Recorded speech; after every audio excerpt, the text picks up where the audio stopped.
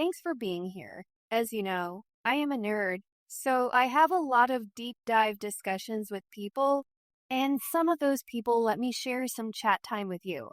We don't do introductions or big entry biography readings here. But check the caption because sometimes my guest wants or needs knowledge about what they're doing, and other times they want to share a story and not get public hate. Anyway, here we go. Let's hash it out. Yeah, your head's on straight. Right. No, the peanut thing is so intriguing, though. So you were talking about making a avatar that you can have a podcast or a visual broadcast, like a show. It's a, Right. what is it? What do they call it? Is it an avatar? Yeah, an avatar. I think in Adobe Character Animator, they call it a puppet. Okay. I wondered how that was made. That's interesting. I was just asking about this because, so I don't know. I think you said you hadn't heard of Peanut, and I'll just give like a 2-second rundown because I rightly don't care. But he's an online creator, and I don't know any of the backstory, but all of a sudden he's everywhere on YouTube, and all of the kids are talking about him, and he has these quotes he says, and they're hilarious, and people discuss it, and they say it back and forth, and I had to understand why they were doing this, so I watched it, and he's literally a guy sitting on a stream like this, like I can see him move his arms and his head, so you know he's sitting at his computer, and he's got this peanut, and the only thing that you see is his eyes and his mouth and his nose, so when he makes a funny face, like it's really exaggerated, and everybody laughs at it. 90,000 people will watch this guy live, and then he's got like hundreds of thousands of video views on those videos. He's making a ton of money sitting and playing games as an animated peanut. Can you imagine what a survivor could do if she had a avatar that made her feel comfortable and she sat there and just looked at a screen and talked for a while, or played a funny game that made her happy while she was telling her story? I mean, like, that would be so interesting. That's amazing. Yeah, because I'd originally looked at it because I was interested in the technology itself. So this was years ago. And then later I was interested in it as maybe something I would do, but I didn't quite have the gear to pull it off. But the technology's gotten better, and so it's gotten more available. I hadn't really thought about what I was thinking until you mentioned survivors. And what I was thinking of is I think part of why I wanted to do it is it would reduce the like anxiety or at least self-consciousness about appearing on video. You know, how do I look? Do I look all right? Is my hair okay? Well, you can still go to the grocery store too. Right.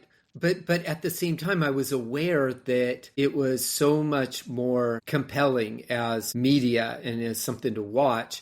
Well, to watch it as opposed to just listen to it. Because if it's video, you can listen to it or you can listen to it and watch it. And it's just a more effective way to communicate. So I was sort of torn between, on the one hand, wanting a lower threshold where I don't have to worry about how I look or how I'm coming across, or, you know, if my room or my background looks professional. On the other hand, I was aware that if I was just doing it audio only, it would probably limit the reach. And so I was thinking of that, but I guess I was thinking of it subconsciously, and I was only thinking of really my own situation until you just mentioned survivors. So that's fascinating that might be a way to make video broadcast available to survivors who either need to be anonymous for very good reasons or just feel a lot more comfortable doing it that way and still allow people to connect.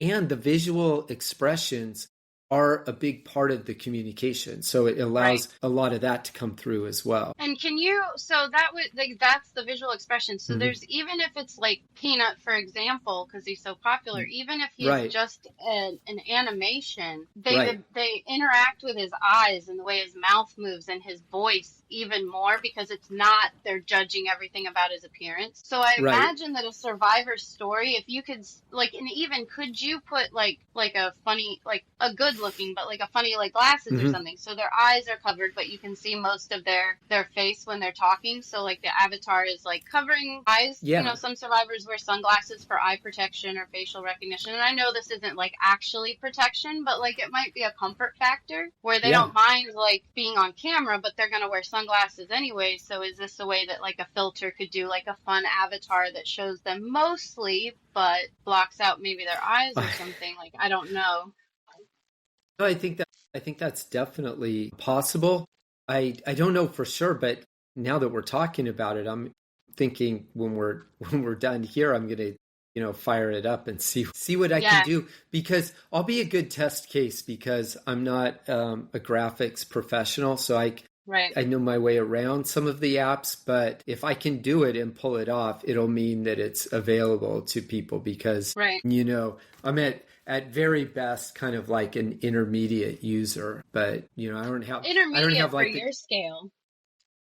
I mean beginner to intermediate even. I wouldn't, like, somebody wouldn't hire me to do professional graphics work, not in a serious way. I can get around the apps all right, and I've used them for a while, but I don't have any particular background or expertise in them. So, do you know what people hire people to do? I don't know. What? Put text on an image that they send them. Can you do that? Yeah, okay. Well, I came from Hollywood, so I kind of have a... So that's why I'm like, wait a minute. What are your standards of intermediate? Are we intermediate on the terms of like Steven Spielberg? Like I can get there. I'm not there, but I can get there. Or are we intermediate on the terms of, I don't know how to pick up a phone and I can run my own podcast? I'm intermediate in the sense that if I can do it, I think a lot of other people can do it. And if it's a little bit out of their reach, it's not too far. And someone like me or you could probably help them do it like that. Right. And then, I don't know, maybe. I don't know. That's pretty awesome. So I think that's something we need to work on and add that skill to that. I was telling you about that setup of toolbox that I have where I have survivors access to give knowledge on how to build this, make a podcast, do a thing, because getting their story out is not the hard part. It's doing it in a way that is palpable to the general public and the public will care. That's the hard part. Well, it's been, part of my experience has been that it's difficult to, so like in my case, I feel like I have experiences and insights connected to people in ways that I think would be interesting to some people or might be helpful to some people. But I haven't been able to put it out there in a way where it's been available. So there'll be times where I think, well, maybe it's not that useful, or maybe the information or my experience isn't that, special or helpful. But actually, if I'm being honest, I actually think that it is. And not so much because I need to tell my story, I do, but because I think that it has puzzle pieces or connections that will validate other people or will help them make sense of it. I mean, for one reason is I'm older than most survivors. So that's an interesting topic. Yeah, and so this has been really interesting to think about, like where we have run into, like dead ends or bumps or been taken out of what we were trying to do, which is all to say, had problems getting the message across. Pardon? Yeah, like reputation knocks that weren't deserved that dinged the algorithm. Yeah, I mean, I think one of the things in my experience is that my reputation has been tarnished and I've been defamed in ways that I don't think are fair at all. And it's been really difficult to answer that in a way where I'm not even really that upset. I think it's interesting and it shows up some things, but it's really hard to even get that across. And then at some point, I'm not really inclined to fight it that much because I think that it starts looking like it's proving the point that the defamers are making from my perspective. And so the things that we're talking about are kind of exciting to me because it's sort of like, well, these are maybe some ways. So for instance, using an avatar or a puppet and animating it in an interesting way that still allows the facial and expressions to come across that might get through to people in a way where, I really want people to hear it and judge it for themselves if it's for them, and then they can decide instead of having intermediaries that are either promoting or demoting, what I'm trying to say. I want it to get to the end user. Yeah, the message to get to the audience, the person on the other side, and then they can judge for themselves, if I'm credible or not, if it's useful or not. And I think for some people it will be, and for other people it won't, and that's all okay. But yeah, which is another way of talking about like gatekeeping, maybe. That is so. I think technology is gatekeeping because I've worked with so many people who are not just survivors, business owners, and you can be the CEO of this amazing product that everybody loves and not know how to use your phone, and that just totally drops, people's understanding of your intelligence level. They think you're a dunce because you can't do certain Facebook likes, and it's like there's more to that. But the public understanding is of certain consumption level, I guess, and that, if you want to be heard, there's some navigating, and not selling your soul in the process of that is very difficult. And I think if you could help with tools, people that help with tools, I think that is beneficial to build that bridge, because the public persona is short, and then if it's made up of maybe false things, misrepresented things, not understood things, and then that's what's filled the 15-second of somebody's attention span, it's really hard to come back from that. And you might be the most honest person in the world, but they've got 3 things that are not true. And this happens in politics a lot. That's why I don't know if you know the psychology of, maybe you do, the psychology of like buying and selling things. And you have to see something 7 times. And then, you're more comfortable buying it. So in like politics and stuff, they'll post about somebody somewhere in a region a lot before they come to that region, because then when they come to that region, not only are they heard, but they're also respected. And that can be utilized against you, a comfort that wasn't meant to be there. So if you could showcase, and when tools allow survivors to give an authenticity and they're just telling their story, people can hear for themselves, and they're not judging based on if somebody knows how to use their phone properly or how to use the filter on TikTok or whatever, Well, yeah. And I am aware of the psychology, a lot of it. And one of the things that is, I guess it's funny, it's also frustrating, is that at least if we're talking about the survivor community specifically, a lot of it is concerned with things like trauma and programming and abuse cycles and all kinds of different things, and they're related to psychology. And so and it's all real, it's all very real. And so people will come to increasingly better understandings of it, including things like hypnotism and NLP and all kinds of things. And one thing that I think happens is you can feel like you have, that the understanding you have provides an immunity from it, which is not necessarily true. You can know a lot about it and be understanding yourself and the environment you're in, but we're all still being bombarded with marketing and advertising and propaganda and psychology, and in increasingly sophisticated ways with a better metrics and data, and even companies like Palantir that are all about it. And so you can think like, well, I know, I understand, I see what it's doing, and still be affected by it. So that's a thing to consider as well. That is very, very on point. I think that's a topic that's going to require a whole episode, because we're going to need to dive into the why, the how, and how to get around it, because you have to use some technology to be in the life today. You need to protect yourself from technology to be in life today. And then in order to succeed, you need to know how to use technology that most people don't. And so there's just, it's difficult. It's definitely difficult. And then the survivor brain can't grasp difficult on a consistent basis. So you jump into the survivor community discussion versus a business. Business owners are traumatized because of the amount of stuff they go through on a daily basis. Right. And they're always in an exhaustion state. So it's a similar concept of teaching these tools. But, I think the survivor is usually dealing with more of like a beat down from many avenues, and there's not a benefit. And so I think if you can make it easier, I think this would be something we should discuss and jump into. Maybe next time we do this, so I'll jump off here now, and the next time we do this, we'll jump in as a different avatar and see how it works, and talk about a deep topic like the inside, what was it, the inside LAPD FBI or something? We should jump into something important. Oh my gosh, yeah. Yeah.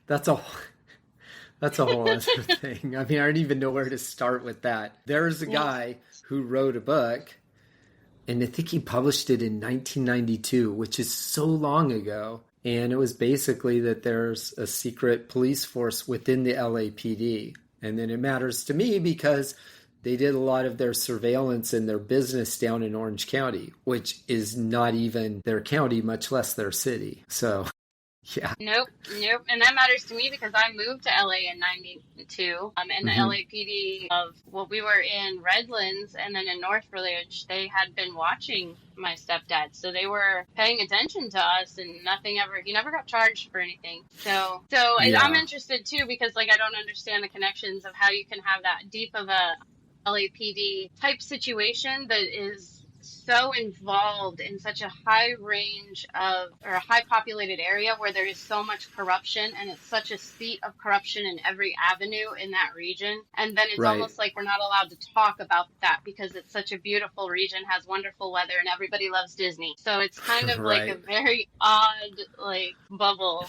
you got there. Well, and it relates to what we were just talking about with, the psychology and the brainwashing, whatever you call it, the propaganda, the fact that we're all subject to it. And even if you know what it is, it doesn't mean you're immune from it. So, I mean, and I really believe, like, I feel like I understand it better than most people because of my background and things that I've studied and people I've been with.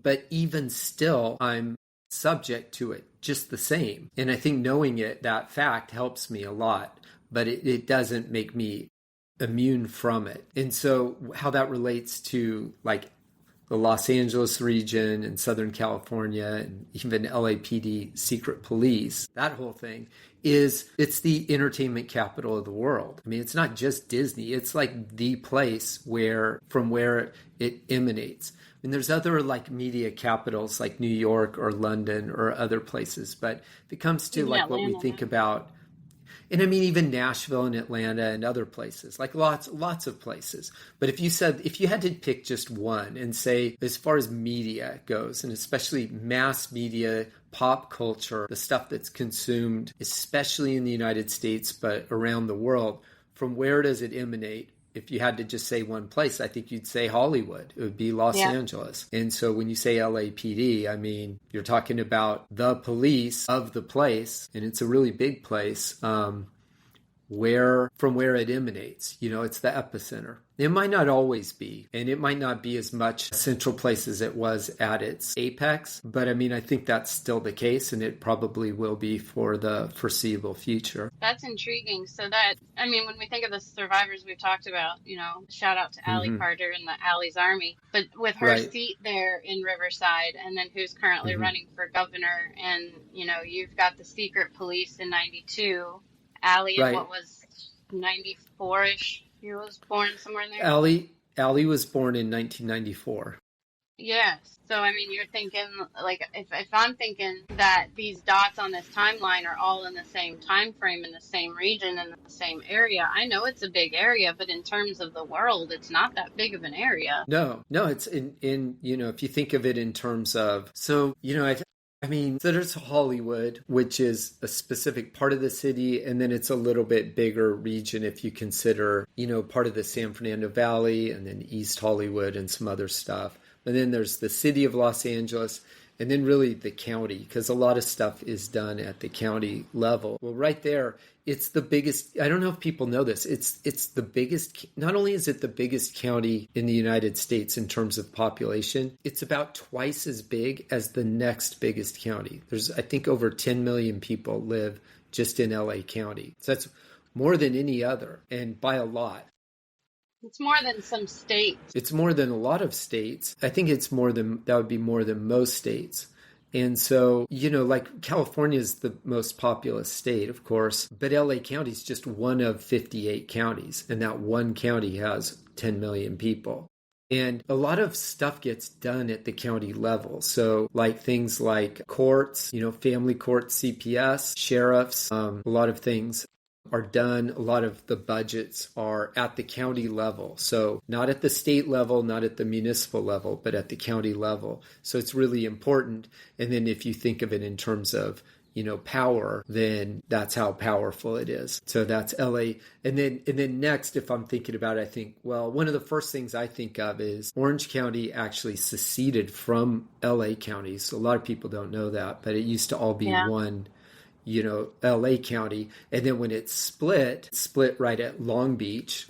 The south of Long Beach is Orange County. North of it is LA County, with the exception of Catalina Island, which is LA County. So they did not give up Catalina Island, which is way more important than I think most people realize. So it's actually off the Orange County coast, but it's part of LA County. And then people will know Baywatch, of course. So Baywatch is what they call, that's like the name for it. So that was named after LA County lifeguards. I mean, they called it Baywatch, Santa Monica Baywatch. And something like 35 to 40% of LA County's coastline, or at least what they patrol, is Catalina Island. Isn't that amazing? Yeah. Wow. That's not what I didn't expect that. Yeah, so you have like this island that's just off of the coast where it's kind of, it's not the easiest place to get to. It's mostly unavailable, but it was one of the, that was, I think, the original Hollywood destination. So if you wanted to get away, that was one of the places to go. Now it's just sort of like a preserve. There's some military stuff going on there. The Native Americans, for whom it was their home, were moved off of there. It's where big game fishing was invented. That's weird. Yeah. So anyway, I mean, that's a little bit off track. Have you? But not that much, because it's connected to old Hollywood. And if you read Bryce Taylor, who cites the book about LA Secret Police in her book, she talks quite a bit about Catalina Island. Yeah, and they don't talk about Catalina Island, right? You guys don't talk about your islands out there. I mean, we talk about ours here in northern Michigan, but they keep it hush-hush. Yeah, there's the islands in the Caribbean and the islands in, up in Michigan, I know, and other places. Even around what is the ones around Washington, and Puget Sound and all those around that region, right? Oh, Washington State? Yeah, I don't know as much about that, but and then even there's off the coast of Delaware, there's one called Pea Patch Island where they used to hold prisoners. It was just a historical place that you'd go to a field trip on. But I mean, everybody has islands and they talk about them, but I didn't until you mentioned it. We were on a podcast, I think maybe with the Awake Nation or something. You said something about the islands. I was like, I never even thought of California having islands off the coast. It never dawned on me. Yeah, one of the things, so, we know Megan Walsh, and one of the things that I've talked about with her since she's out that way and by, West Palm Beach and, the Vero, central to south part of, Florida. I mean, so that part of Florida is a mirror of Southern California in ways that are really striking, including the islands, except for we don't talk about our islands. That was what I was saying. Yeah. We don't talk about them. We don't talk about them anymore. So it kind of it's just sort of been this question mark, and it comes up a lot of times. Just for instance, we were talking about the missing scientists, article and the video. Toward the end of the video, there's an expert, and he mentions Catalina Island at least 3 times and about how important it is. I don't know if you caught that part of it, but if you watch it toward the end. So it comes up a lot. It also comes up if you read about old Hollywood. So old Hollywood, like Bing Crosby Hollywood, and older than that. They talk a lot about Catalina Island. Flynn's podcast or know of Conrad Flynn? He talks the about name old is Hollywood. familiar. Yeah, the name's familiar. Who's he connected to or related to? His grandfather, I believe, either starred in his. I don't know. He's connected to Hold on, I know. Wait a second. Is that the guy that is with Tucker Carlson? No.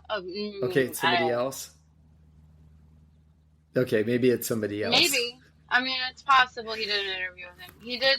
I saw him on a podcast with Smashing Pumpkins' Billy Corgan. Yeah. No, I don't trust that guy. I don't trust that guy. Okay. I don't trust that guy at all. For the same reason. And the person that kind of indicated why I should have questions about him is Dana, our friend Dana Duda. So So he's coming in as this occult old Hollywood expert, and maybe he knows some stuff, but he's coming at it at sort of a weird angle. Billy Corgan guy, there's just some funny stuff to it. So his dad and grandfather were involved in old Hollywood, so he grew up in it, and that's where I thought it was interesting, some of the old stories and things that he knew. But I don't know how to double check him. That's the thing. Any of these podcasts I listen to, I didn't grow up there. I just lived a year there. So I don't know how to double check all this stuff, No, I think so with him. I mean, this has been part 1. Check our Let's Hash It Out podcast page for the next episode. Hopefully we're smart and linked it in the caption, but no promises.